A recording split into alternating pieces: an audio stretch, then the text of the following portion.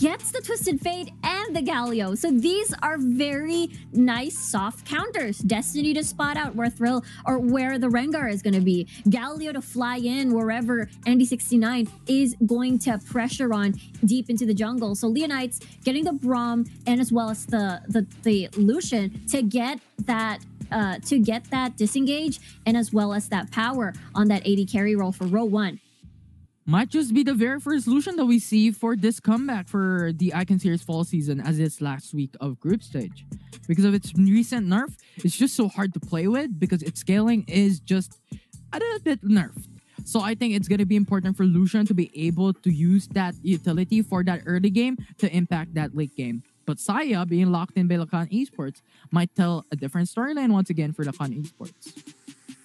LAKAN could still opt for a Leonites with a Pantheon of Diana. There we go. We were looking for the Diana last time, but this time around, if they do lock in this Diana, there's not going to be any setups. There's no Cataclysm. There's no Wukong Cyclone to follow through with a Moonfall. Meanwhile, LAKAN is going to finish this off with an Akali pick. This is basically a repeat of what we've seen in game number 1. They're looking for the 1-3-1 setups, Dedenne opening up the map, and it's going to be very, very scary, or rather the 4-1 as well is going to be available for them. So Leonites, we'll have to see how they play around this composition again. It's a hard thing to decipher on what's going on. Because now Leonites has brought back the old school classic setup. Where they're bringing up the Diana. We talked about this a while ago. They are dominant on this champion. They know how to use it. And now they're clearly having that showcase of prevalent champions in their champion pool. They're balancing onto the single targeted CC in the form of the Rengar and the AoE with having the Diana and having the Braum in their lineup today. Yeah, I can imagine that Leonites' composition just screams a lot of these single target, just as you mentioned. Bola Strike, Pantheon, and we'll see if Josh will commit to that Moonfall just to try and burst someone down. Could be overkill though. Look at this. They have a pretty strong level 1, especially with the Braum. So they're looking for LAKAN to maybe overextend, put an overextension on the ward perhaps. Especially the Dedenne could be the very, very vulnerable target here. Though I love how Leonites Esports tried to go for the 5-man stop into the mid lane to try and get that yank down. But you have to stay very, very wary on how he wants to step this up. But having this sort of dominance into the mid lane, they can now transition to go for the jungle invade. Putting out the Raptors up against LAKAN Esports means that Lee Sin would have a much harder time to go to that level 3 to be able to attack the mid lane later on to try and get that first blood. Yeah, level 3 is incredibly crucial, just as you mentioned. Big spike from Chinese here, but tough. Yeah, 2v1. You have Josh trying to go back away. Barrier will be forced. There's no kills. LAKAN Esports is just visiting onto the top side. Yeah, Josh should be wary though. No barrier means that potentially Chinese could visit a second time. Good thing though, it is very heavily warded. But at the same time, Chinese could possibly maybe opt for a lane gank perhaps, as well as to not get spotted. So we'll see what Josh decides to do and not overextend. And here's the thing. When it comes to League of Legends Wild Rift, there is something that you call about lane control. And if you pressure in both lanes, that will be susceptible into more risks onto having your enemy team to be able to impact this specific lane that you're pushing all around. Because you have to remember that on the top side, that is the traditional weak side of the map, where in the jungle will state if it's going to be much more stronger than traditional. But having this dual push is so hard, and that is what LAKAN Esports is doing. But this is an extra pressure also for Leonites Esports. So there are pros and cons. There are disadvantage of doing just that. And you look at how Leonites Esports now has taken onto the bot side river, risk out there, and LAKAN. There it is. The Sonic Wave will jump in. The Aegis will save his life. Braum with the shield though. The double shield combo. Leonites Esports saving Sean's life. Nicely done save from Keep Distance and as well as Sean with the Aegis, just as you mentioned. And look at that. The Dedenne Chinese, no flash. So any of the flash Dragon's Rage is not gonna be available as a play. No flash gold card as well. If they want to visit topside, look at Jack. He's overextended as we see Andy69 looming over for the lane gang.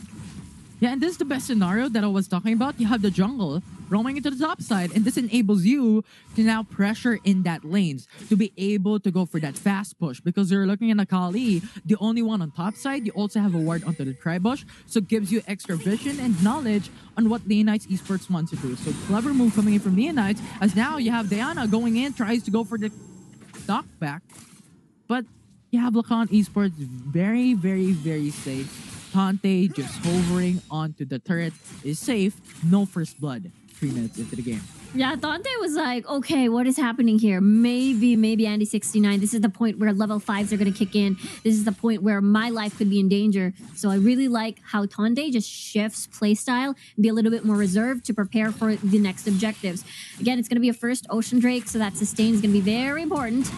Oh, but a kick down, that's gonna push away onto the Lucian, but the Glacial Pressure is on away. The enemy Pantheon will now go for the ultimate as LAKAN Esports will take 2 out of 1 for Leonites Esports. Now, it's going to be a 4v3. Everyone's low. Who's gonna take it down? Pantheon will fall. Sai will get the double kill away for Leonites as they take 4 out of that. This is gonna be a huge early lead. What fight for Ison there, and really nicely done by Arjuk on that taunt just to peel and make sure that Ison can still land those autos, has that space to kite around. Sean even consumed a flash just to get that last auto attack, but unfortunately failed, and that means LAKAN has a lot of control over this Ocean Drake and can potentially even transition over to get the Rift Herald. Whoa. He's one. Wow. The risks is there, but he doesn't care. LAKAN Esports is just getting that risk tolerance coming up against the United Esports, but considering that they're just going 3v4 up against the United Esports going for the Ocean Drake, they would just go back away. Chinese one cannot do anything out of that. Yeah, that's true. They can't get that reset. Leonites does have that lead since they were sent home through their deaths. They're able to get that item buys. So LAKAN, unfortunately, cannot contest this. But this one, though, we got Chinese already coming from the base as well as Tante. They want to contest this one. Akali Lee Sin coming into the fray. LAKAN Esports wants to go for the contest. The ward will be there. Information will be up. Sonic Wave will be readied up. The golden card will be for Denene. Going for the stun. If ever it does hope to go for that one. 1k HP, 500. It goes for LAKAN Esports getting the sealed out at the Rift Herald. And now you have the even trade of objectives. And Galio is wanting to go for more, but you just have so much mobility coming from Braum. Goes back away. They're safe. LAKAN Esports is going away with a free Rift Herald. And this is really nice coming from LAKAN. They were able to, they were very patient when they try to get these objective fights, that they know that in that situation they didn't have to really press on, considering that Ison wasn't present, was basically walking from the base, or rather from the dual lane up top. Shroud, flash, safe final execution to finish it all off for the retreat for LAKAN Esports Tante. Actually, with the 3v1 for the Knights. Yeah, it's hard to hold them down. I mean, you do have that stun coming from Sean, as well as the Bola Strike, but definitely not enough as Tante is able to maneuver around that. But he has no summoner spells, though, so that is something that Leonites can take into account for. But LAKAN will be able to take one down in the mid lane, and in the bottom lane, though. That looks to go for more Cutter Storm. We'll try to go for the route down. Sin will jump into the backside. What a play coming from Janice, but good response from Sean going for the 1-for-1. Yeah, really nicely done. Able to get that stun in with the tower shots just pouring in. But it doesn't change the fact that LAKAN currently right now in that 4K gold lead, right? It doesn't look as significant at this point, but they're doing a good job just transitioning that lead constantly as Chinese continues to keep roaming around the map, every single lane, just trying to create an impact and utilize that lead. We get to see now Azonia's Hourglass being the first item take. It's really good into buying time, buying those cooldowns as well. When we look into the fights later on, especially the next dragon is going to be an Infernal Drake. Both of these teams would love and would fight to have that. Yeah, and it's a very high priority dragon to take down for your team. With the United Esports already with the Ocean Drake, Probably LAKAN Esports want to take it down, but Moonfall goes for the two-man knock-up. You have the Glacial Fissure to follow through, but Galio is going to be knocked back down. But Twisted Fate will fall as anything can be done here. Jack will try to go back away. Hero's Entrance go for the two-man knock-ups. Will not go for that. 1-for-1. Jash will fall. What? And LAKAN Esports is going in just for the final setup cleanup. And that will be the 3-for-1. Yeah, it don't matter that the Dene is gone because Tonde was still alive. Chinese is still alive. Those are the heavy hitters in this game. The Dene is just there for that setup, just there for that utility. And if Leonites are going to be clumped together and are going to be, you know, placing themselves in a plate just to serve LAKAN, and I feel like that's exactly what happened. They wanted to get that tower down to equalize the map score, but LAKAN was very comfortable with that collapse. Yeah, and here's the thing. When we talk about early game, late game phase, it's going to be Pantheon going for the mid game fight, going for the stun, go for the ultimate as well, go for the Skyfall up against Chinese One, tries to put him down away, but he's too mobile. Now Galio is going to be pinned down. That's going to be a kill for Leonites Esports as LAKAN was in too deep. Yeah, LAKAN.